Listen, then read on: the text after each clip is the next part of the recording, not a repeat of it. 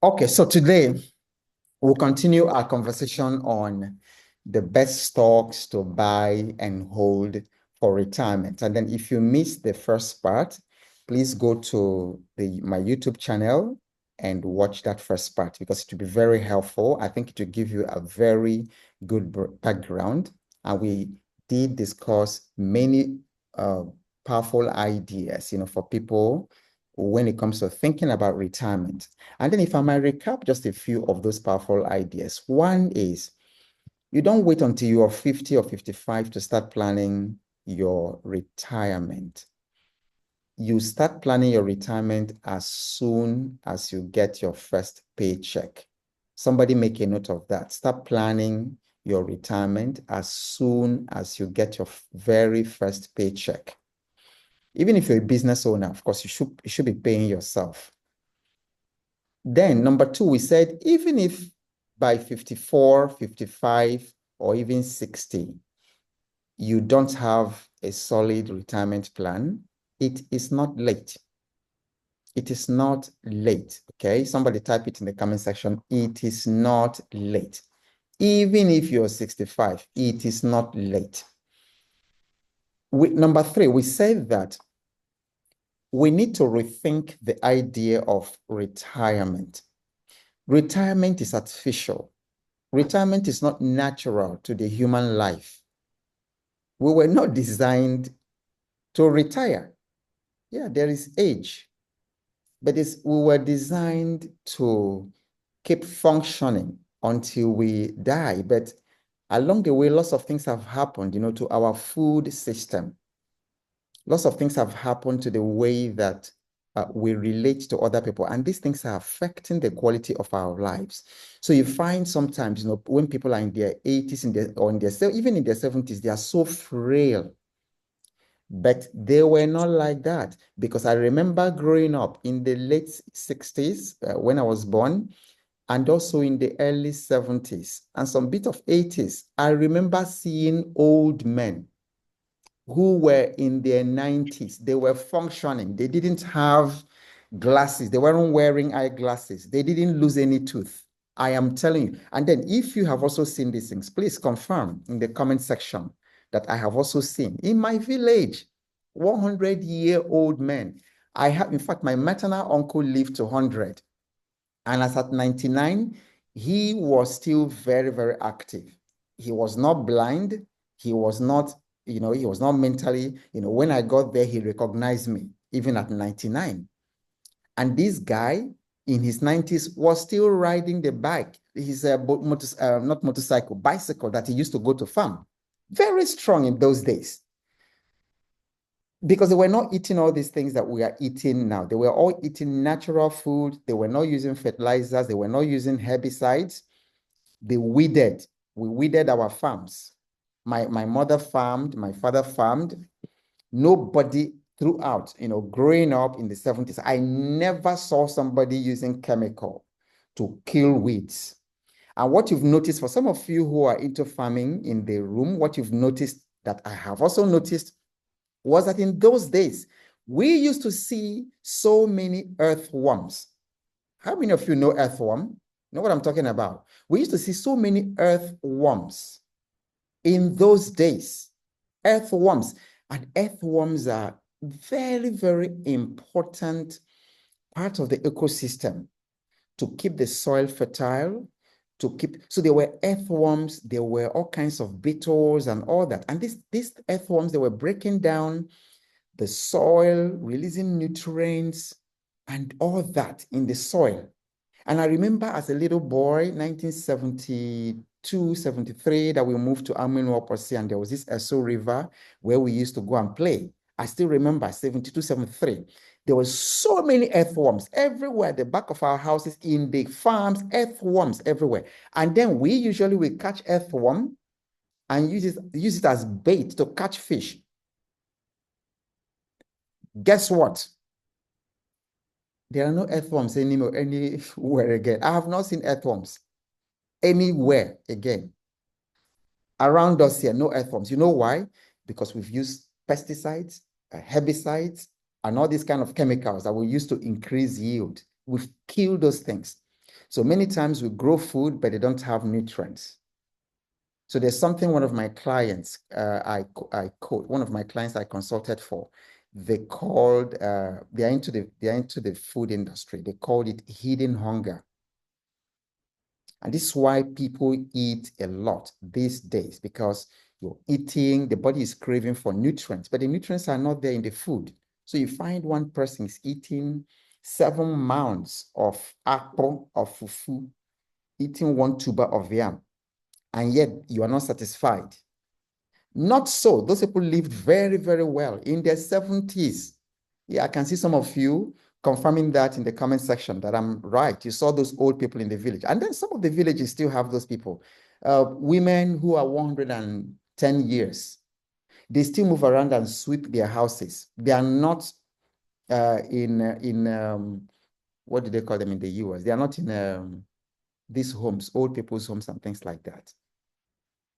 So retirement is not natural. Retirement was just an arbitrary age that somebody, I think it probably started in Germany or something. You know, they just set that arbitrary age. Now, what is happening is that when people are now reaching 60, they start shutting down mentally. They start shutting down. So it's a programming that I want you to resist and to refuse. Your best life, as far as I'm concerned, should be starting at 60. I'm 59. I'm going to be 60 later this year. My goodness, I can't trade this life for when I was 30 years. What? What did I know in 30 years? Who did I know? Who did I know when I was 30? What did I know?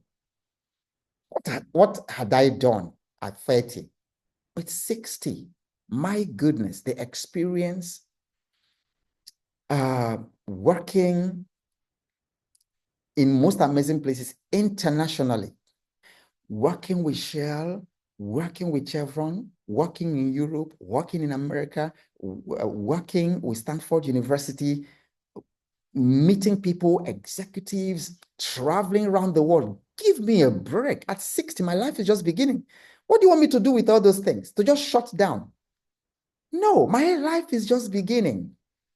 Then 30 years of marriage, loving one woman, being faithful to her, raising amazing children who are so respectful, who are passionate about what they are doing, who are so passionate about loving the world, creating impact, in the continent. And you are telling me I should throw away all these things and retire? Nigerians will say they will do their hands over their head like this and say, it's not my portion. So type in the comment section and type in the chat. Retirement is not my portion. Okay, let's do it the Nigerian way. Okay, it's not your portion, for goodness sake. So the point I'm making is, if you are 50, 54, 60, even in your early 60s, it's not late. Second point that we emphasized in the first part of this conversation is that people are actually generally living longer these days. People are living longer these days than they did even in the 70s, maybe because of the war situation and then people coming out of. But, I was amazed. I was looking at the Nigerian musicians of the 60s and 70s, some of the most talented, gifted musicians. I'm shocked at how all of them died. Literally, so many of them died in motor accidents. I was reading a piece. The guy that sang Sweet Mother, which up to today is regarded as the highest and the most played African. All the music that all your people are playing today, whether it's the video or Burna Boy or whatever, those things don't come anywhere to Sweet Mother. And literally everyone in this call has heard Sweet Mother. Sweet mother, hey, sweet mother, I no go forget, suffer when you suffer for me, yeah, yeah. And guess what? This guy was cut down in the prime of his life, motor accident at Onisha or something like that. And then someone can check it up. I think his name was Prince Nico Mbaga. And his life was cut short at 32. Then there's another guy. He was very popular, especially in the eastern Nigeria, before and after the war. They called Celestine Oko. Extremely talented musicians. These people were living like they were the Rams, our own equivalent of the Michael Jacksons of this world in those days. And guess what? This guy was also cut down by motor accident at 30-something. Very annoying. There are at least like 5 people, young, talented musicians like that, who died. What killed them? Motor accident. Prince Nico Mbaga, the guy who sang Sweet Mother, it was motor accident somewhere around Calabar, somewhere around Calabar or Cross River. So the point I'm making is that we are living longer today. Medicine is also improving. The kind of now, and I'm not talking about pharmaceuticals, I'm talking about surgery. The incredible things our doctors, even our Nigerian doctors here do, amazing surgeries. Just name it, any part of the body. They do surgeries, in your heart. They do surgeries in the pancreas. They do surgeries everywhere in your brain. And then sometimes a successful surgical procedure adds 20, 30, some people live like 30 years, 40 years after surgery to correct whatever was wrong in their bodies. Why am I saying that? I'm saying this because the chances of all of you here living up to 100 years are higher today than it was even 20 or 30 years ago. And then you notice when you went back to your villages during the Christmas break, and then you saw all these, because sometimes in some cultures, they leave all the burials till that time. Do you remember the posters you were seeing? You'll be seeing people 80-something, 90-something. Somebody confirm what I'm saying. You see people, obituaries, 90-something, 80-something. These days, you hardly see, it's rare. People dying 30-something, 40-something, 50-something. It's rare. It happens, but it's rare compared to those obituaries you see of people in their 80s and 90s. So the point is, chances are that you are going to, if you're 55 today, chances are you are still going to be around here in the next 30 years. And my, oh my, if you're going to be here in the next 30 years, the next 5 to 10 years is enough to make you incredibly great, to make you 20, 30, 50 times greater your later years than you were before your first 60 years. Do you know that just one major opportunity, now that you're 55, just one major opportunity is enough to wipe all the tears of your previous 55 years? Who understands what I'm talking about? One major opportunity. So don't give up. And then I need you to change your retirement mindset. Having said that, it is still important to plan for the future. All right. It's still important to plan, like, quote unquote, for retirement. Because as we get older, the energy that we had at 25 or 30 may not necessarily be there now, but ideally, your energy at 80 does not need to drop if you have been making the investment when you were 40, 50, 60, because there are some people in their 70s who have more energy, in their 80s who have more energy than they had when they were 50 or 40, because they made some health changes. They made some radical changes in their health. They made some radical changes in their diet and exercise. I don't know how many of you saw that one woman, Black American woman, who started body, what do they call it? Body Works or something. What do they call it, where she started weightlifting and all that, and bodybuilding. She started bodybuilding at 57 years or something. And you see this, if you Google her online, you see her. I think she should be almost 80 now, but she's ripped. She's ripped. Has energy. So if they tell you that this woman was 80 years old, you wouldn't believe. So there is time and then there's opportunity. But as we grow older, your energy, the energy you have to run around, like today, I jump into my truck, I'm at the farm one moment, and then from the farm one moment, I'm at the village market, and I'm sometimes, driving for several hours nonstop in a day. If you don't, you might not have the energy to do that when you are 80. Therefore, the time to plan for it is now. The time to plan for it is now. And we are saying that one of the most effective instruments to plan for your retirement is in the stock market, is in the financial markets, and especially the stock market. Why?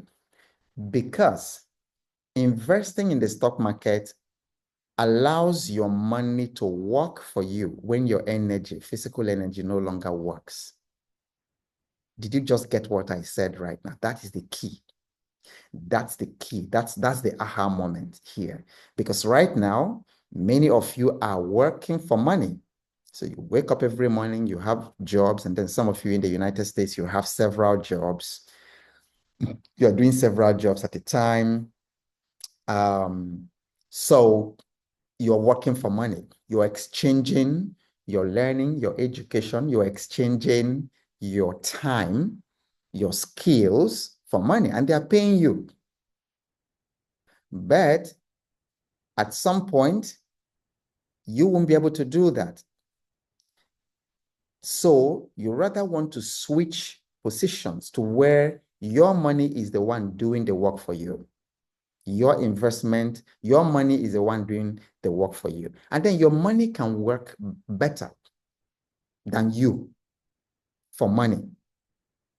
Your money can work better than you can when it comes to making more money. You can't make more money than money can make for you. That's a quotable quote.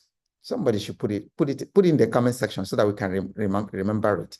You can't make more money than money can make for you. It's a great quote. You can't make more money than money can make for you. So investment allows you to put your money to work. See, because in the night you sleep, but your investment is still working. Your money is working. In the daytime, your stocks are working. While you are working or relaxing by the beach or doing something, your money is working for you. So that's why investing in stocks is a very, very important part of planning for your retirement. And so I'm going to tell you about the different kinds of stocks so that you understand what stocks are best for retirement. And then I'm going to give us some examples of what I think. If you're picking stocks for long term and then planning for your retirement, you want to look for such stocks. You want to look for blue chip. You want to look for stocks also that pay dividends. Some Nigerian stocks pay dividends twice in the year, like GT Bank. So that's really like one of my top recommendations. First Bank is also there, top recommendation. MTN is also there as a top recommendation for retirement stocks. And I'm going to tell you why, what qualifies some of these stocks to be very, very good for planning for retirement. And so before we go into that, I would like to share with you about the Financial Fitness Challenge. So for those of you looking at this screen, those of you joining us that joined later in Facebook or on Facebook, I'm going to copy the invite and put there because you really want to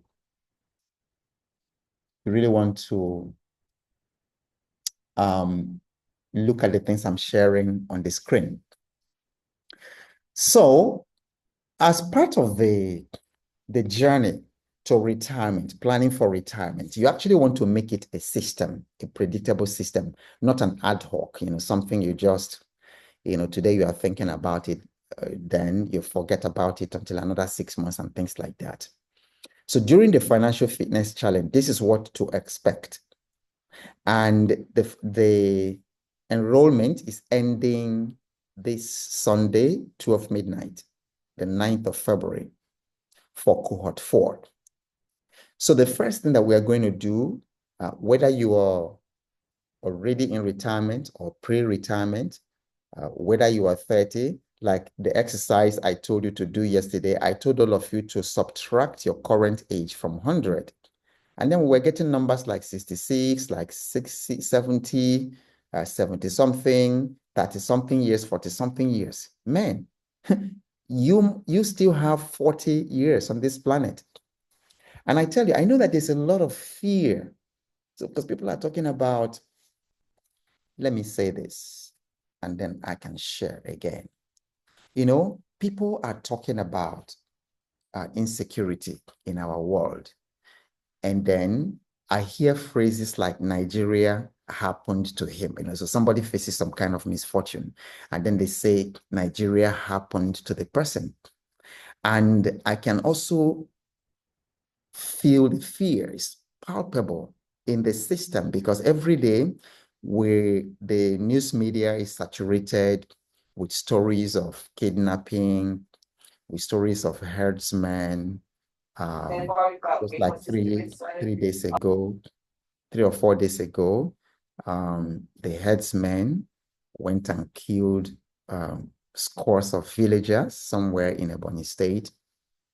And then you read all these stories, and then sometimes people panic and said, okay, they will rather japa, and then they say, all right, that if they stay here, that the chances of Nigeria happening to you, or the chances of you die, are great. I get that. I get that. But there's also something we call logical fallacy. One is, what will kill people? There's no country in the world that does not have what will kill people or what kills people, because people are dying there every day. So that's one. You're running away to America. Your child can go to school one day and not come back because his crazy classmates buys gun and then shoots everybody. So there are problems somewhere. There are air crashes somewhere. Even in America, we lost a top Nigerian banker last year with his wife and then with his child and a couple of other people, 4 places in America, flying. So someone like that could have said, oh, let me relocate my family to America, it's better, and then run away from Nigeria. But where did death find him? In America. Now, the other aspect of the logical fallacy is that people are living in this system to 80 to 90 to 100. People are living in this country to 80 to 90 to 100. My mentors, three of my mentors are all in their 90s. The other one is in his 80s. He's going to be 85 in March. And then the other one, Uncle Ucholi, is, I believe he's 72, going to be 73. I stay around old people a lot. And whenever I'm around them, I make notes. So what I'm saying is, fear is universal. And but we don't want to make decisions out of fear. If you want to relocate, let it not be out of fear. Let it be because you're actually making decisions, like I hear people say, making those decisions because of the future of their children. Weigh everything, weigh the pros and cons.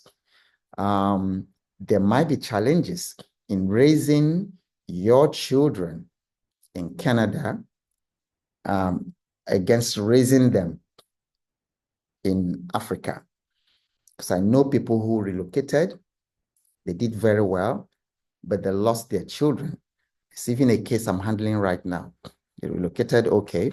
But after 18, the boy just got wild. And the mother finds him totally uncontrollable now. And then by law, you can't do anything. The other day, the guy just moved in to live with a girl. In Nigeria here, he daren't try that. The woman can't do anything.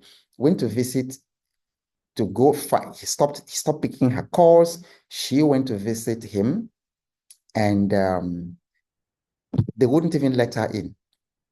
Her own child.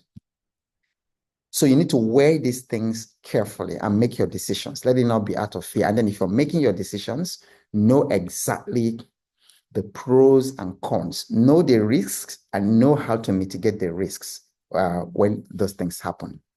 Okay, so I just thought I should pause to say that. But during the financial fitness challenge, the first thing is to evaluate your financial foundation, because if you don't know where you stand, you can't even move forward. So the first thing we always do is to help you evaluate your financial foundation. What exactly is your current net worth?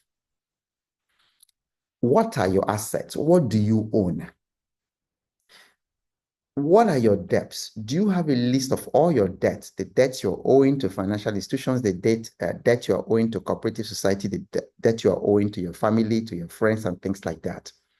You need to really write them down, and we take you through the process of assessing your financial foundation, because if you don't have a strong financial foundation, you can't build financial fitness on very, very poor financial foundation.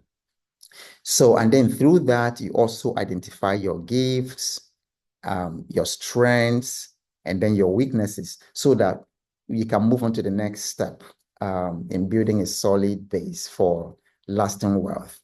So many of us don't even know. We don't have any written down anything about our financial situation. You don't even know your financial condition. If they ask you what is your net worth, you can't say. If they ask you what assets do you own, what asset classes do you own, you don't have it. Everything is in your head. That's wrong. And this is also why when people from our part of the world die, the families can't even access what they own. Families can't access what. I know one man in those days before bank, very wealthy man, died in the 80s, in 1980. Till today, the children never discovered where he hid money. There weren't banks in those days. And then currencies have changed. So even if you dig it up from wherever he was hiding it, you can't find it. So you need to know what's your exact financial situation. What's your financial base? What are your beliefs? Money beliefs that have limited you. We have to address those things, because you can't move into financial fitness carrying those old beliefs that are limiting you. Second thing we do is to help you to design a portfolio. You must have a portfolio vision plan, because there's got to be a vehicle to capture the wealth that you want to build. So just saving money, earning and saving money is never enough. It's never going to take you anywhere. But you've got to build a tailored portfolio, because it is that portfolio that you will now start building. It will form the basis of your building.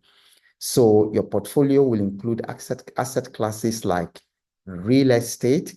It might be land, undeveloped land. It might be houses or something. Your portfolio might include a plantation. So like my wife and I are doing oil palm plantation. So we have some Malaysian varieties and then some Tenera and all that. So that's an asset. Your asset will also include your business, your small business or hustle. Maybe you own a business. Your asset will include stocks, which is why we're talking about stocks today. It will include stocks. Stocks are amazing. Stocks are amazing. It might also include ETFs. It might also include savings bonds and all kinds of things. You've got to design a portfolio that will take you, so your portfolio is like a vehicle that's going to take you to that financial fitness, to your financial freedom. I think people are just talking about financial freedom, but they don't have a portfolio plan. The third thing that happens in the financial fitness challenge is now to create your wealth scaling system. How do you activate your portfolio so that your income and your investing and your profitability is automatic, it's automated. It is a habit. It is not a one-off thing. So that literally every day you are doing something about your wealth. So creating the system, a system to save, a system to invest, a system to monitor your assets and to rebase or to reevaluate your portfolio and all that to respond to changes in the economic climate. And then we also, the next thing, the fourth thing is developing mastery in the financial markets. If you are not playing in the financial markets, you will never get like uber rich. You can't. You can't. All the wealthiest people you are talking about is the equity market. That is the capital market. That's what made Dangote Dangote. That's what makes Elon Musk Elon Musk. That's what makes Bill Gates Bill Gates. Bill Gates quit, kind of left or retired from Microsoft many, many years ago. But his money is still growing. His money in the market is growing every day. The guy is, worth more than $100 billion, but he hasn't worked for how many years now? I don't know when he resigned as chairman, probably more than 10 years ago, if not up to 14, 20 years. Somebody can check that. Now, the other thing we talk about is how do you earn money every day, your everyday money cash flow? Then, of course, finally, you find accountability within the group, because when it gets to a certain level of finances, you can't do it alone. And many of us are stuck at one particular income level because we are not in the network where they discuss higher income levels. Okay. And then many times, all the times I have grown in my finances have been when I got in touch with people who are talking about that. I mean, I got into stocks because I got into a circle of accountability. We were talking about stocks. I said, stocks. And by this time I had left Shell and I was working in Chevron. I was working, and as at the time in Chevron, I didn't know what stocks were. So I didn't start early until I found myself in a circle of accountability. I think it actually started, Chevron has a library, fantastic library in the complex, in the office complex. And so you can read newspapers there, you can read books, you can read all kinds of things there. So usually during lunch period, when we finish eating downstairs, so some of us will go up there in the library. And I think it was during those discussions one day, that somebody who was really well versed in stock market was talking about it. So the thing is, you will not know except you're in the circle where those things are discussed.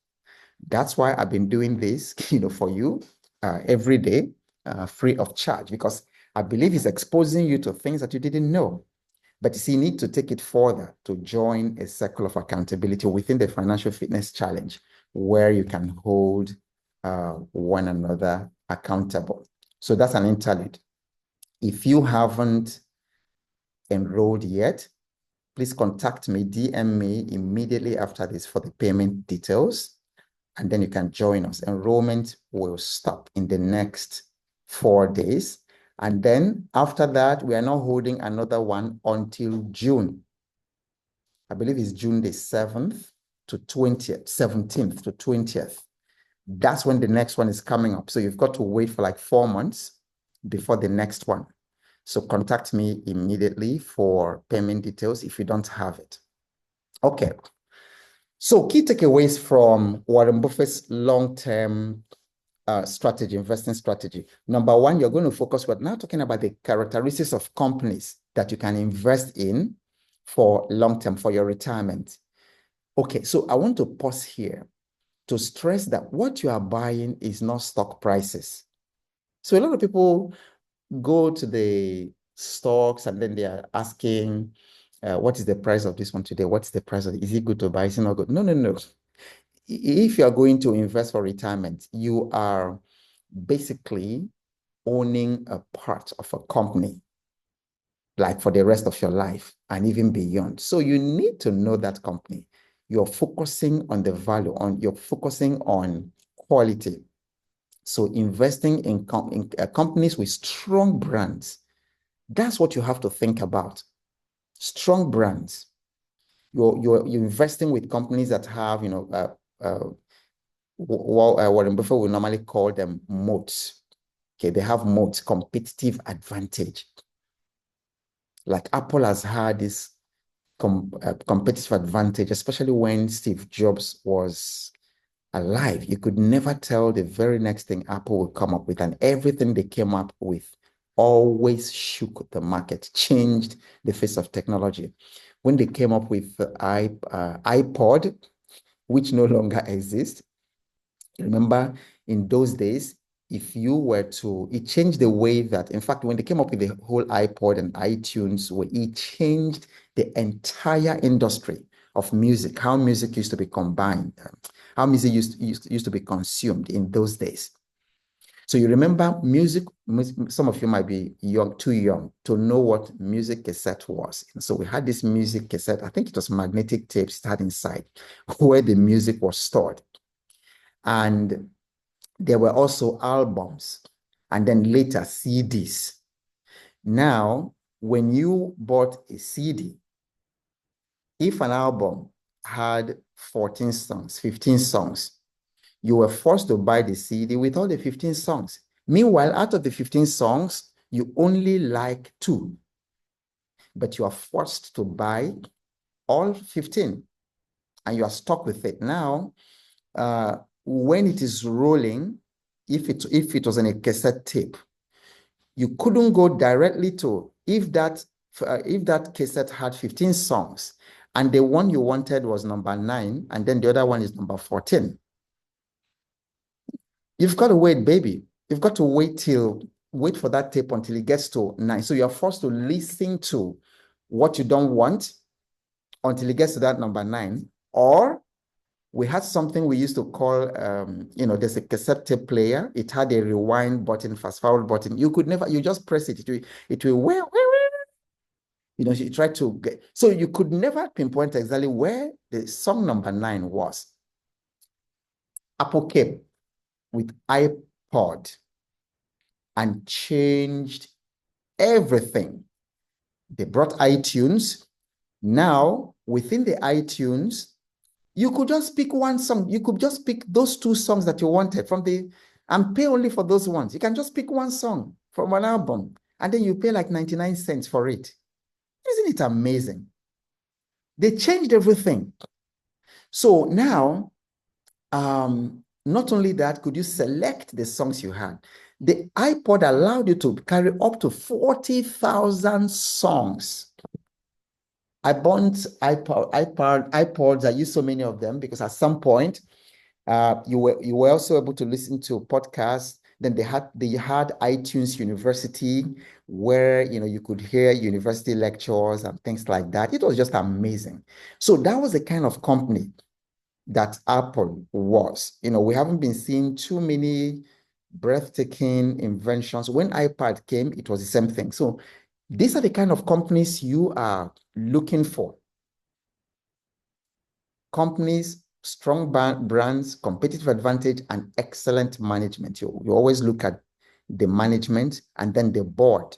You look at the board, who is on the board, who are in the top management of the company. Second thing is that patience pays. This guy held stocks for as long as 50-something years, 60 years, and allowed compounding to work in his favor. In fact, somebody had observed that 90% of Warren Buffett's wealth came after he was 65 or something like that, 90% of it.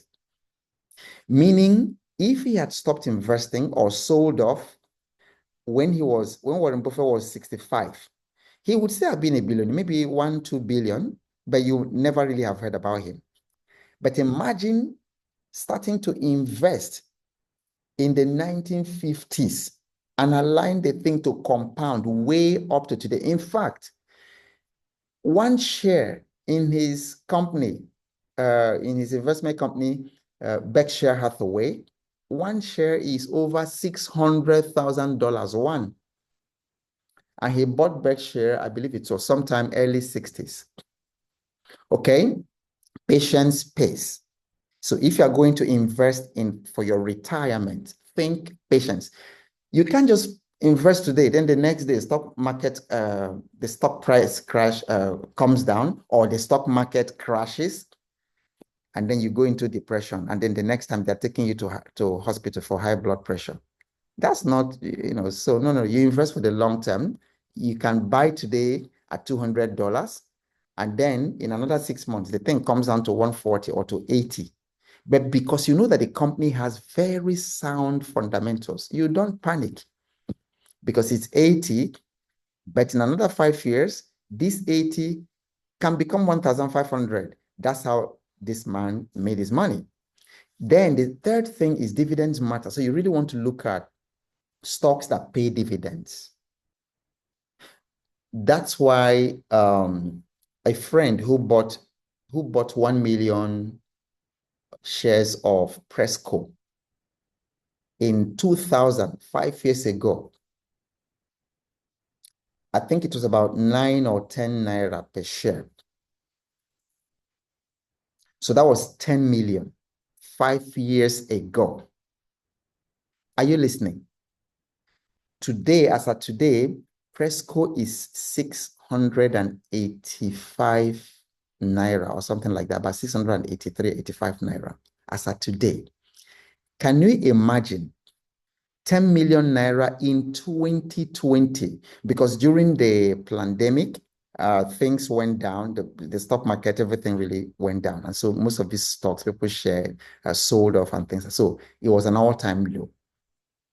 10 million invested in 2020 has turned into 685 million in 2025, 5 years later, because Presco is 600 and something.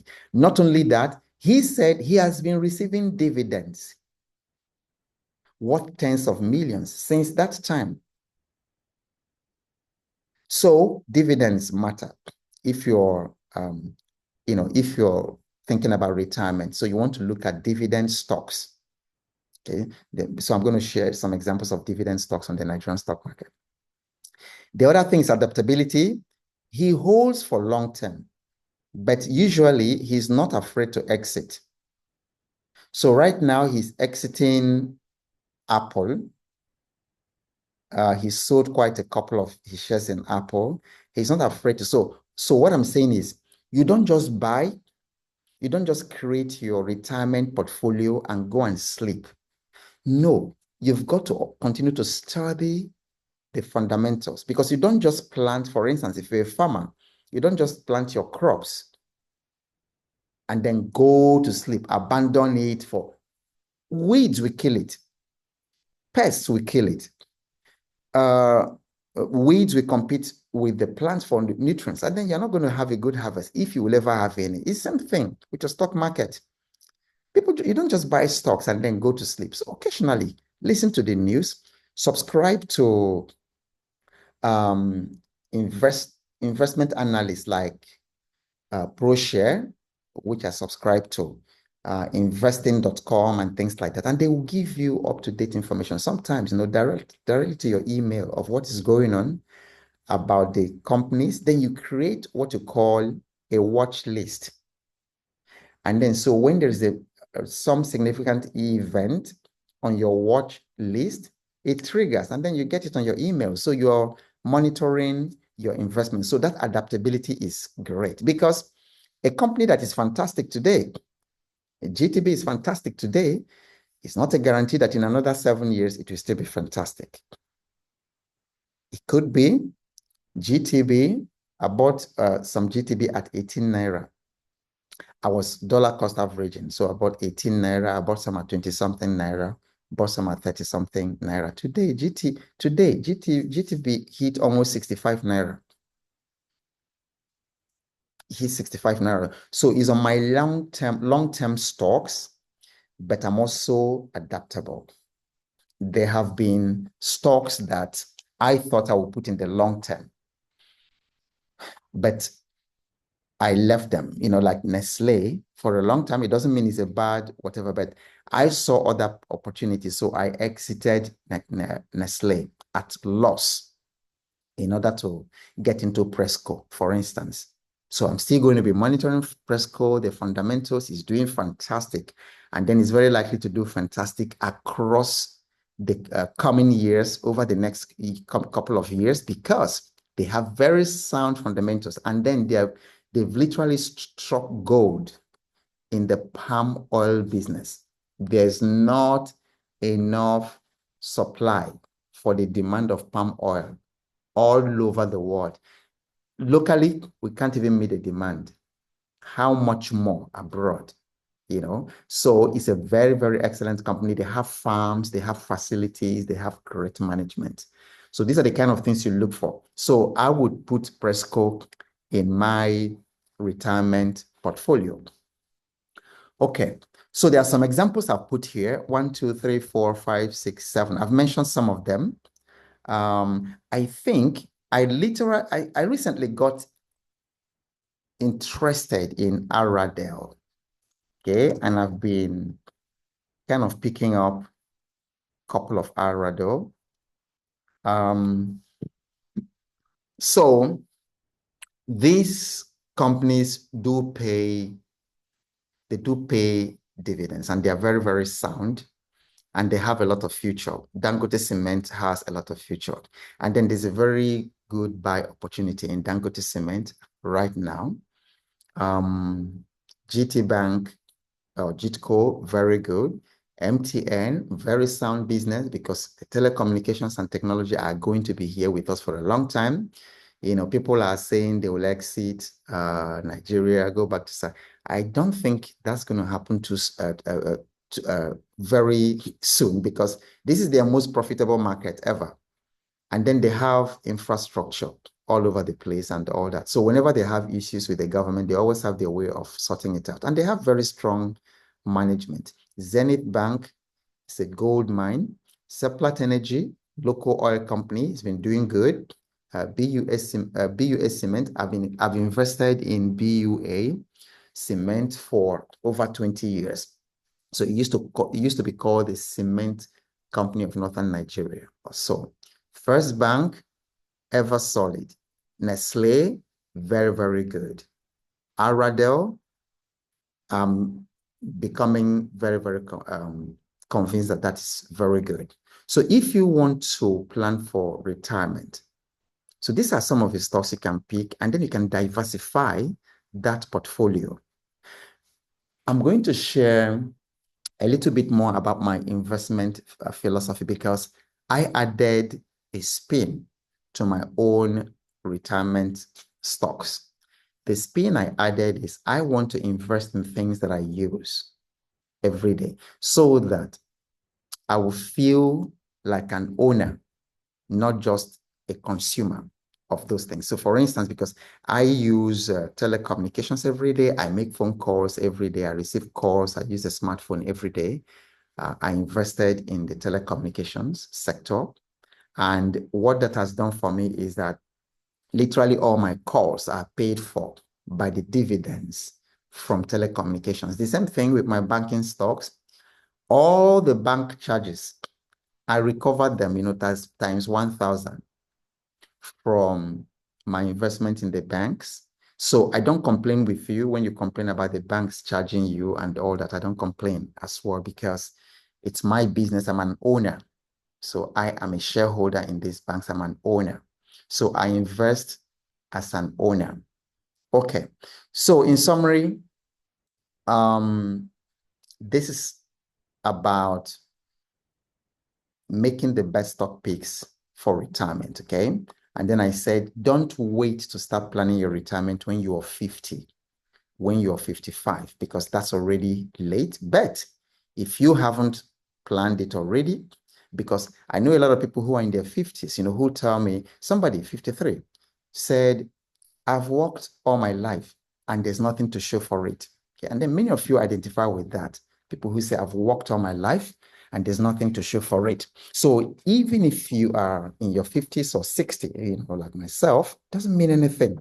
you can still start because you might still be here for another 40 years, 30 years. So you'd better start. And if you start today, you will be amazed what you can do in the next 5, 7, 10 years. You will be amazed. And I want to promise you that if you start this things I'm telling you to do, that over the next 10 years, if you start this thing, add some patience to it, over the next 10 years, your next 10 years will be better than all your past 60 years put together.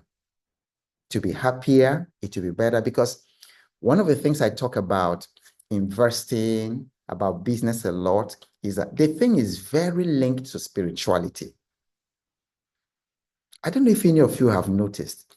And then you've been seeing the tone of my posts on social media.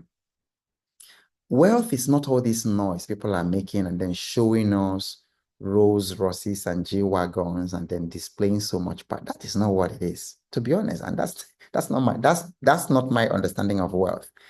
True wealth actually makes you very, very humble. If you really want to see humility, go around truly wealthy people. Many times, if they don't tell you, you wouldn't know. On 2 or 3 occasions now, I have been in one room, closed room, with Dangote. Alhaji doesn't know me, but I know him very well. We've sat very, very close to each other in one room 2 times. And then the last time we were in a place, we were just sitting opposite, my wife was sitting right opposite the man in a small sitting room. People were coming in and going. There was something that took us to that place. People were coming in and going and things like that. Alhaji was just sitting down. The people were talking. There was so much noise. Alhaji Dangote was just sitting down there, making. And then if he didn't tell you that this was Dangote, you wouldn't know. And of course, he appears bigger in picture and then in television than he is, in real life. Very humble guy. Very humble. Alhaji will greet you, will even greet you and, bow. And the same thing with another very wealthy individual. I don't want to mention his name, but very wealthy. The day he invited me for a meeting in his office in Victoria Island. As soon as I entered his office because we had an appointment. This man stood up. This guy stood up to greet me. It was shocking because that's not what wealthy people are supposed to do. This guy stood up on his table to greet me, shook hands with me, ushered me to sit, and I sat down before he sat down. Then he instructed his confidential secretary who was nearby and said, please, no phone calls, no meeting for the next 30 minutes. I am with Obo. Wow. And I'm like, look at me. Now, when we finished that meeting, that guy walked me from his office to the elevator, pressed the button, ushered me in, and came inside with me. Went downstairs and then saw me off to the car park before we parted. Extraordinarily wealthy man. The top investor in this continent. So wealth makes you humble. It doesn't make you brash. It doesn't make you proud. If you are proud, you're not wealthy. Wealth also makes you very disciplined. You've been hearing the things I'm sharing with you. Don't I sound disciplined to you? It actually affects everything. It affects everything. You can't spend money anyhow because you can't put it on anything. You're very, very disciplined. Then you're also very generous. You give, but your giving is pure. You don't just throw money, give money anywhere like all these, foolish money spraying that people do. Like I don't do that. And I don't see all these wealthy people doing all this spraying. So forget all these optics that they show you on social media and all these big cars and things like all those things will go. All those things will go. Just give them 10 years. You will not hear about all these people again. You'll start hearing about a different set of people. So that's the summary. It's not late. Be inspired. Start today. Start today. As soon as we round this, ask yourself, how can I make all the things I've learned about retirement stocks, how can I make it actionable? Whether you're 25 or you're 60 or you're 65, take action today. And that is the only way you can tell me thank you for the investment of my time and effort to bring this to you. Okay, so this is where we are going to draw the curtain today, but I can take one or two questions, burning questions. So I'm going to look at and then while I'm taking the questions, I would like you to type your aha moments. Remember, we always do our aha moments. I would like you to type your aha moments in the comment section, okay? What was the aha today for you? What was, what was the eye-popping moment for you? All right, what is it you are taking out here to immediately start implementing? Put it in the comment section on Facebook, put it in the chat section here on Zoom. All right, so let me take a few comments on Zoom. Okay. All right, so people are still saying what they will change. If they will change one thing, Emmanuel says, if I could change anything, is to change my financial flow. Okay. All right, I think we read that before. Yes, Innocent confirms that we normally use earthworm as bait for fishing, but we don't see them. We don't see them today.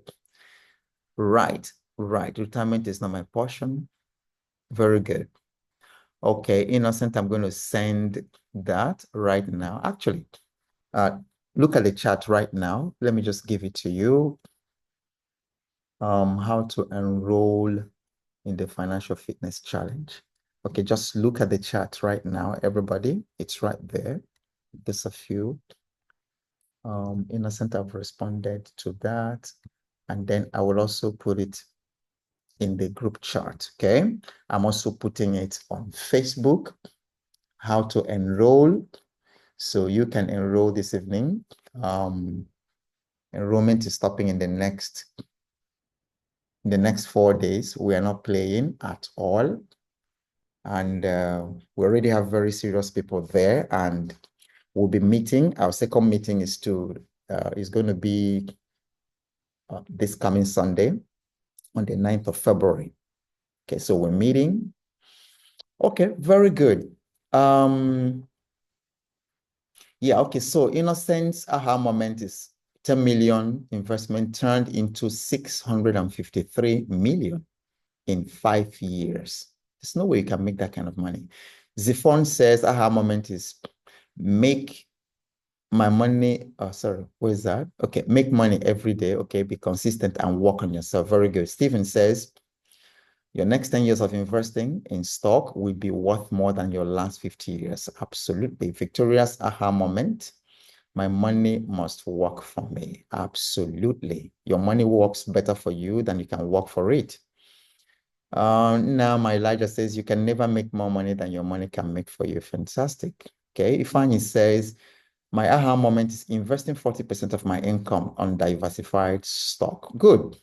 Joe Tom says to the rich, money is a servant. I like the way you put it. Let's see a few on Facebook. Finian said, my aha moment, you can't make more money than money can make for you. Fantastic. Absolutely. Joseph says, my aha moment is that my money works harder than me. Absolutely. Okay. Far Beyond asks, how much do you subscribe for CSCS? I tried to register today. It's a yearly subscription. Okay, tomorrow I'm going to show you CSCS. Okay, I'm going to show you why you also need that portal. I think if I remember correctly, I paid 2005 or something per annum. It's one little change. It's not much. Okay. It's not monthly. It's about, I think it's 2,500 naira for the year, but it's one ridiculous small amount of money. It's not up to 5,000 naira for the whole year. All right. So, and I will encourage everybody to register on the CS CS. Okay, Innocent is asking, is the financial fitness physical meeting or online? Oh, no, it's online. It's definitely virtual. And then there's always replays for those who are not available during the Zoom meetings. So when you register, you're taken to a group on Telegram. We use Telegram because you're able to see all the previous conversations. You're able to download all the previous bonuses. If you are registering for the Financial Fitness Challenge, there are bonuses there. You don't need to buy, for instance, how to invest in the stock market. You'll get it for free. And then that's also where you're going to get your worksheets. That's also where you're going to interact with people from different places. So in previous cohorts, we've had people from Sweden, people from Australia, people from Canada, so many people from the UK and United States, living in the United States. We've had people from Denmark and different parts of the world. We've had people from Gambia, South Africa. We've had, I believe we've had Namibia. We've had Ghana, a couple of countries, So it's better online, virtual. So people meet themselves. And I remember Malik from Gambia, joined us, and then they're already cutting some business deals with people from Nigeria. And I myself, I hope to go to Gambia sometime this year. So I already have a base there. I also have a base already in Zambia because of people who have been participating in this. Okay. All right. Okay. So this is where we call it a night. We are going to be here exactly same time, same Zoom link tomorrow at 8 p.m. GMT +1. And until that time, it's been a wonderful time with you. Whatever happens, don't be discouraged. Keep showing up because you have no idea what's coming your way next. And I'll see you same time tomorrow. Bye from everywhere to all of you from all the parts of the world.